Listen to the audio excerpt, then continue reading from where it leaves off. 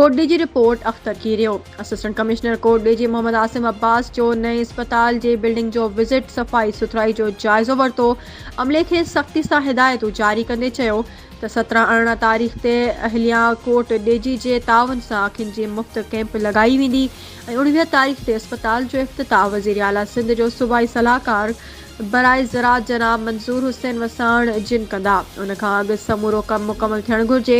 Assistant commissioner चयो त शजरकारी मुहिम बि शुरू करे रहिया आहियूं जीअं माण्हुनि खे अलविदाई खां बचाए सघिजे ऐं तालके कोट डीजी खे सरसब्ज़ बणायो वञे।